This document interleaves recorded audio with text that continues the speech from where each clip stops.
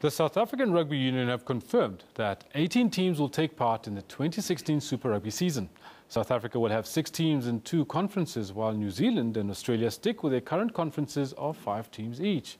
A team based in Buenos Aires, Argentina, and an 18th team to be decided through a tender process will be added to the South African conferences. This team could be based in Europe, the USA, or Asia, while a 7th South African-based team is also eligible to apply for the 18th spot. Jody Hendricks, sports analyst, is in studio with us today. Good morning. Hey Kendal, how are you? Thank you for coming through. Jody, this didn't come as a surprise, did it? No, we've been knew about it for a while. The Kings was a very contentious issue for SARU, and they had to guarantee them a place in Super Rugby. So we knew it was coming for a while. I just think the new format hasn't been thought through properly, and I don't think all the checks and balances have been ticked. And I think it could be flawed. It could be, in a couple of years we could see where they have to increase it again and go the format of the Heineken Cup. But I think this new format is definitely flawed in so many ways, and I think in hindsight might weaken South African rugby. Oh, stop right there. It's flawed in so many ways. Yep. Can you give us 2 of the key ones? Well, first of all, if you look at the current Super 15, we're struggling. South African conference is the worst performing conference out of all the 3 conferences. Our best players are playing overseas. So, if you take those 2 issues, we're not performing currently. If you look at the Stormers and the Cheetahs, they're basically fighting it after the last place in the conference. And, we've got Brian Abana, Furido Priya, Jacques Fourie, our best players playing overseas. Where are we going to get the players to, fill a 6th team, let alone a 7th team, if they want a tender? Well, surely if we had more teams playing, South African conference teams playing in this format of Super Rugby, they'd be able to retain people and stop them from going through. Maybe the first few years are a little tough because people need to see out their contracts. There's 2-3-year contracts in places like Saracens and Toulon and Toulouse and wherever else, Kobe Steel. But then after that, they come back, surely. Yeah, and they could make but would you want to sign a 33-year-old, a 32-year-old player when you've got, youngsters waiting in the wings?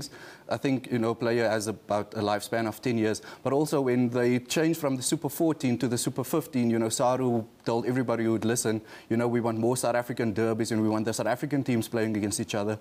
Now what's happening with the new conference, with the Super 18 that's been proposed, is that they're telling, no, we actually want less, local derbies because the players, they bash each other and, it's actually bad for the game. And if you look last year, for example, the Stormers and the Sharks played each other 7 times in 1 year.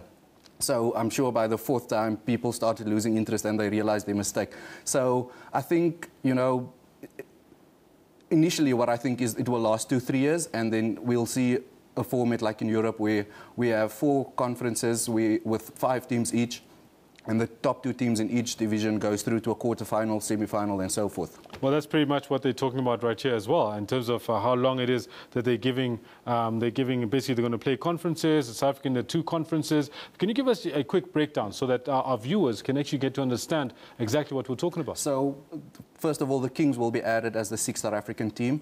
Then a team based in Buenos Aires, Argentina, because SARU and Sanzar, and I think the IRB wants to grow rugby in Argentina, which I also think is so flawed because Argentina's best players are playing in England and France and Japan. So where are they going to get players to fill a team from Buenos Aires? And their club, and Argentina's club rugby tournament has been under suspension since 2012 as well. Exactly. So where are they going to get the players? But we need to admire the fact that the IRB wants to grow the game there, and they're making a concerted effort to grow the game in Argentina.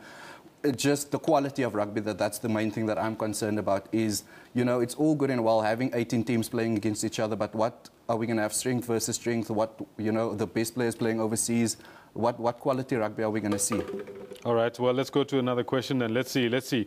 Where do you think the other team will come from? The USA? Because they're very interested and they've been doing fairly well in the sevens version of rugby. Well, also don't forget that Japan is hosting the 2019 World Cup, and there's also a big effort to improve rugby in that region. If you look at the kind of money they're spending, playing players almost 8 million rand for a year to play rugby there. So I think don't be surprised if we go to the Far East. Let's do a quick touch on the sevens rugby tomorrow at Glasgow Sevens. It's a must-win for South Africa to get into the final in this one. What do you think is going to happen over the weekend? 2 tournaments left. Obviously, Glasgow this weekend. We're second on the log after New Zealand.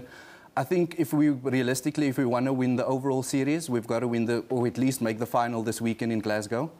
If not, then I think we're basically going to have to fight it out with Fiji for 2nd place. But I think we do stand a good chance to win this weekend and next weekend in London. All right. Jody, I want to thank you very much for having come through. I mean, we really, it was a bit of a blitz that you came through and gave us some thoughts and insights on this announcement that there's going to be 18 teams in 2016 Super Rugby. I think we need to watch this space and see what's going on. Thanks, man.